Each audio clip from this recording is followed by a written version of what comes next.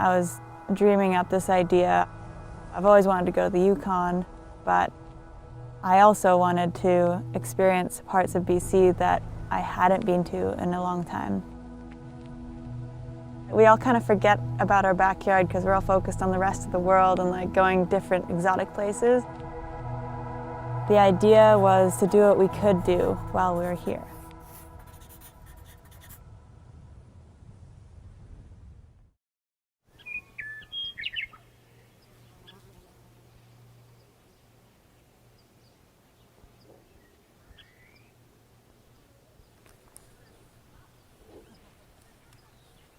Oh my goodness. I didn't understand the orientation of the tent. Her little feet just go like trying to get under my feet. I'm like, what are you doing? And then I just feel like little hands like, God. I can't wait to take it. It's a bit lippy, but I like it. you kind of just gotta cruise into it. The first one's short, it's a little like taller lip, but it's really That's the first one? yeah. Well, Georgia was super keen, and then Micayla's obviously a shoo-in because she's hilarious and really brings a lot of energy to the group. So the choice was made, and Micayla and Georgia and me, it was a go.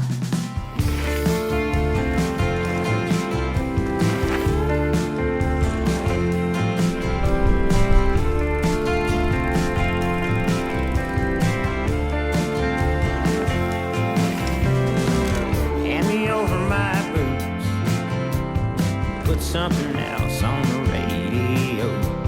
Start driving fast. Get me out of this place. Out of this place.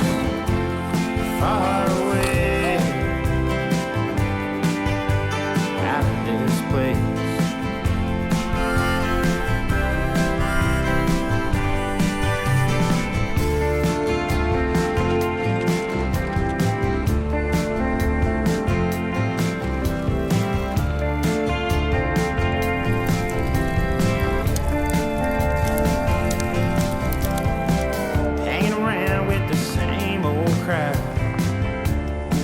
That's bringing me down. Get me out of this stinking town. Out of this place. Far away. Out of this place.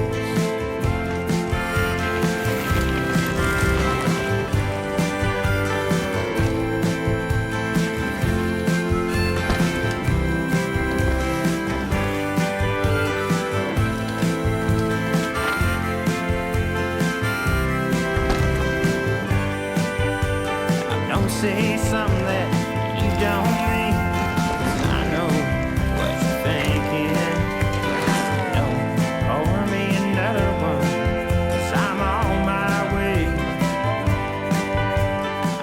So we're in Astle. We're gonna go ride the Monster, which is one of the most iconic trails for me personally and in the area. My brother built it back when he was a teenager.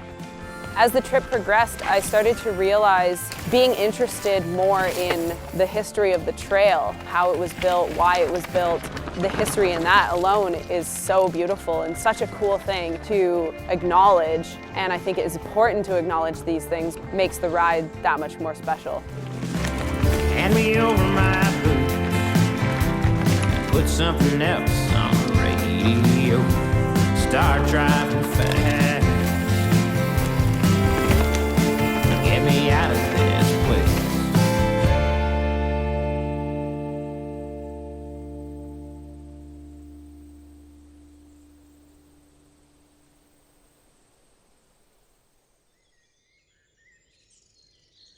So we're talking Casey Brown. Casey Brown is, let me have a spiel. She's quite the unique character in the way that she is kind of a pioneer, but doesn't seem like that at all. She's just another amazing rider, and I'm learning that It's just, whenever you're with Casey, it's gonna be a good time. They say the silver lining's dull. You only want me in the late night. I've hidden from you for a week, but now you've caught me in the moonlight. And you're always on my mind. You've got a crooked way to love me. I'm running from you, coming quick. I'm all you want, and you are all I need. I feel you in the corners of my mind. And though you're always there, I hide away this part of me. Save me from myself. I'm hard to break, but shattering. Free me from this grip up in my mind. A feeling behind the shadow won't go. It's taking a hold. I know you're always there, right? I've learned so much following Georgia and Micayla. Two different riding styles, but each riding style has their own very strong and prevalent strengths.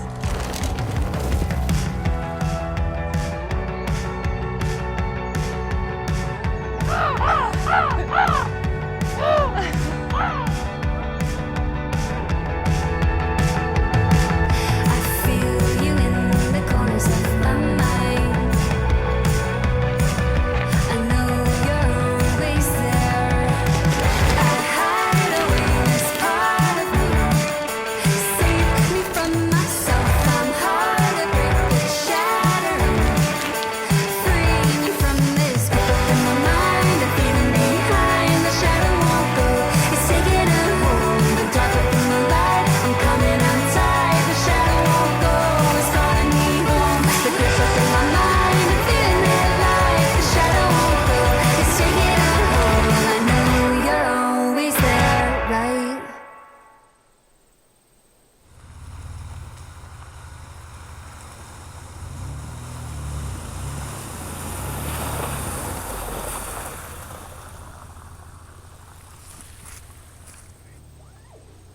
Camping brings people together, and there's usually no distractions. Like, we're not all going into our own hotel rooms and putting the TV on. I think it's a really important part of this journey and this trip that we took, was slowing down and bonding with each other and the land. There's a lot of value in that. I don't think we do that enough in our daily lives.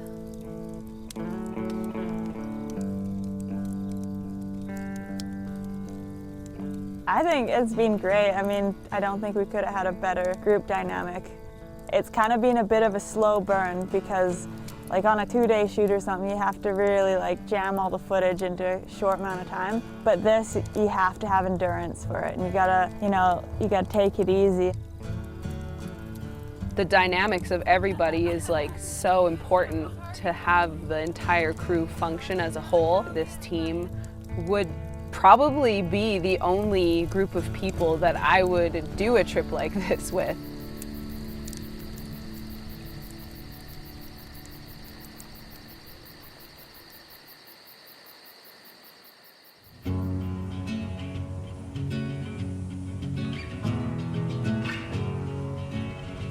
The trip out to Farwell was something that I've been personally wanting to do, and I think the girls actually also really wanted to go and see it.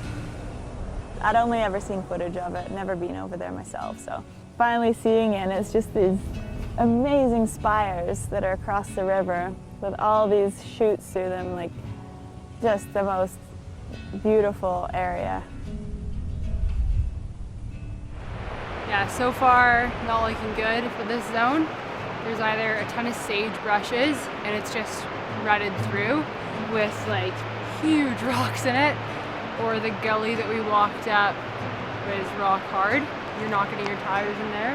The other half of the crew is up top looking down, and we haven't even seen them yet, so chances are they're not working on a line either.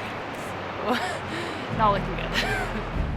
As soon as we got up close, we quickly saw that with how the weather's been going, the dirt needed a lot of work to make any of the lines rideable. Didn't ride the infamous chutes, but we did get shown a bunch of the finger trails and a few other things, little free ride zones out there.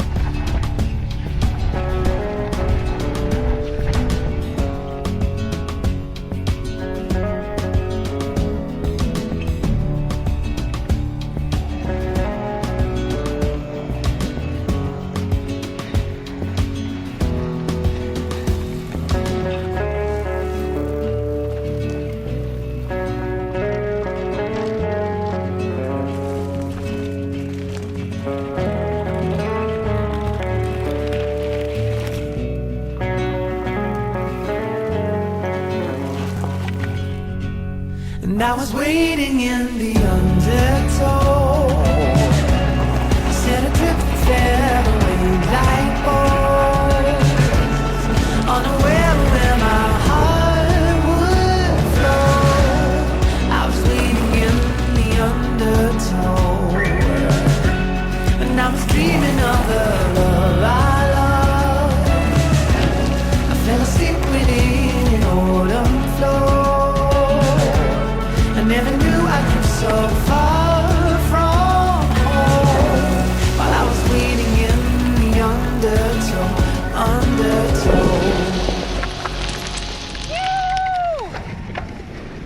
So sick! Yeah! So fun! George has been my comrade, my co-pilot this entire trip, and I have to say it. Usually I'm the wild card. Usually I'm the one that's kind of off the rails and the goofy one, but I would have to say George has officially replaced me. I don't know what I was thinking. I wanted to pack light and I only brought a summer sleeping bag. I realized it was not gonna cut it. I needed a winter sleeping bag. So found a $20, just like a canvas flannel sleeping bag. Georgia, why did you have to get a new sleeping bag? I brought a summer sleeping bag, and turns out we're actually going to the Yukon, and turns out it's actually pretty cold in the Yukon in September. Oh, it is! It's purple flannel! I love it. Oh, Wow. big flan. Big flan. Giant flan. Try it on. Oh, good stain! Maybe some of the same craft dinner in there.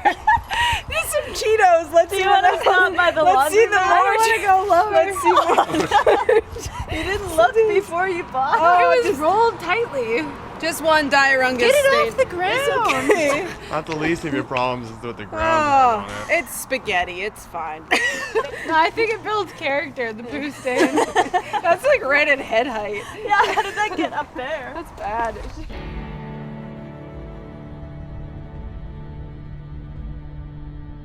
We have so much in our backyard, and coming here and actually seeing it in person, it's so beautiful. And the drive was insane, like coming up through northern BC and not seeing any civilization for so long was really a unique experience. You don't get that in many parts of the world, and we're so lucky to have this very available area to us. When you say the word Yukon, I literally just picture a real estate calendar that my mom had with a picture of the Yukon. I remember that, and it's the mountains and the yellow trees. So I'm really glad that we came this time of year so my calendar vision could come to life. But there's so much history, and there's so much of the mining and the social studies we learn about the Yukon.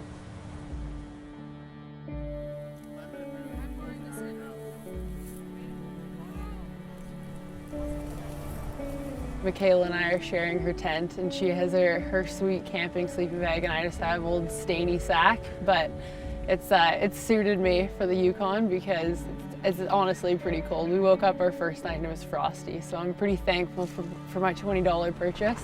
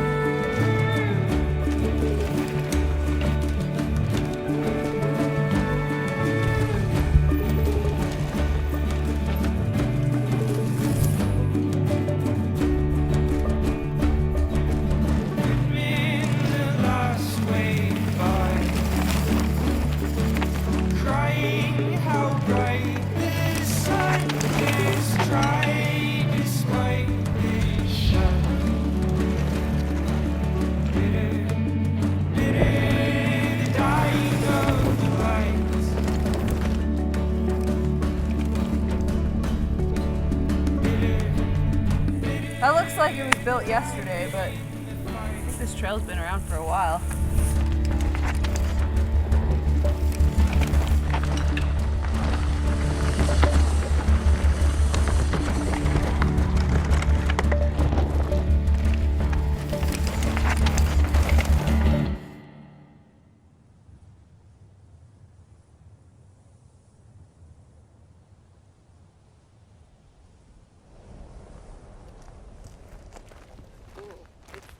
We're in Caribou Crossing and we're just taking a look at the village. There's a lot of art and culture here, so we're gonna meet a carver, a local guy that's does the native carvings around here. So we're very, very lucky to be able to do this. This photograph here was taken in 1912 right here in Carcross. And I was like 12 or 13 and I looked at it and I said, well, where is this? And my parents said, well, that's here in Carcross. I go, well, where is this? Yeah. Where's this stuff? Yeah. And they said, that's history. That's gone. And so that's what inspired me to become a carver. It was through my grandfather I realized that we traditionally carved. Yeah. And since as I was growing up, like in school and everything, and I always had this urge to express myself, and I thought I was going to be a writer or a songwriter or something, and ended up being a carver. The artistry that goes behind all of the totem poles and all the artwork that's here in Carcross, and the like meaningfulness behind each and every aspect of the art. It's not just created to evoke a feeling, it's created with purpose to tell a story a lot of the time. So to think more of the message behind the art rather than just the art itself. It seems like all the small communities starting to put a lot of funding into mountain bike trails, and it's really opening up where we can go within our own province. I think by immersing yourself in each town, you realize these little microcultures that exist within one province and the vibe in each place and the terrain, but then there's also so much to be learned. The trails were pretty sweet. They're like old mining trails, which is different. We don't have that in BC. To come here and know that there's history that runs 1,000 years old or something like that, and there's always a story that goes along with it, and that's always super interesting for me.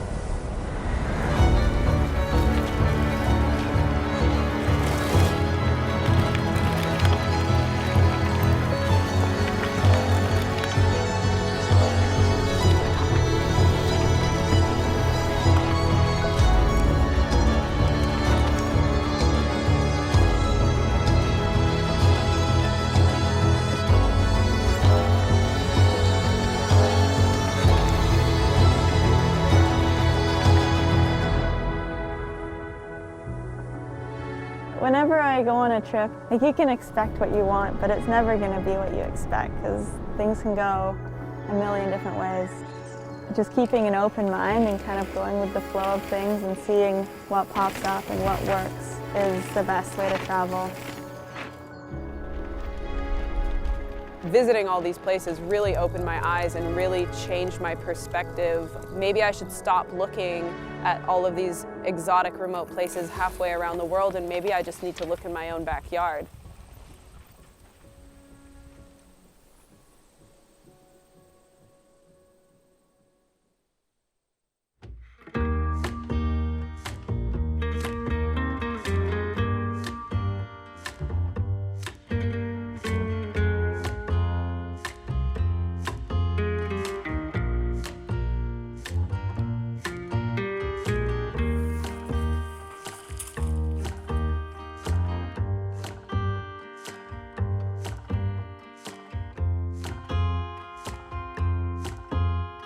Okay, so we just go into that bit of it.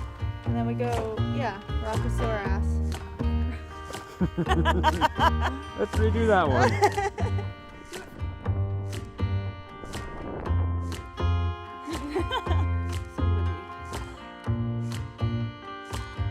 If your shoulder could have a sound effect, what would it be, Casey? I think it would sound like the first time I drove stick, like go go go go go. If you can't find it, grind it, right? Yeah.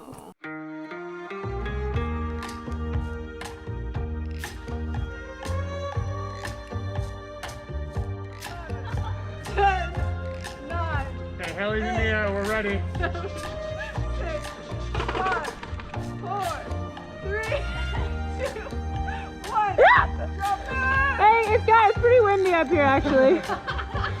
I think it's too windy. I'll save it for next time though.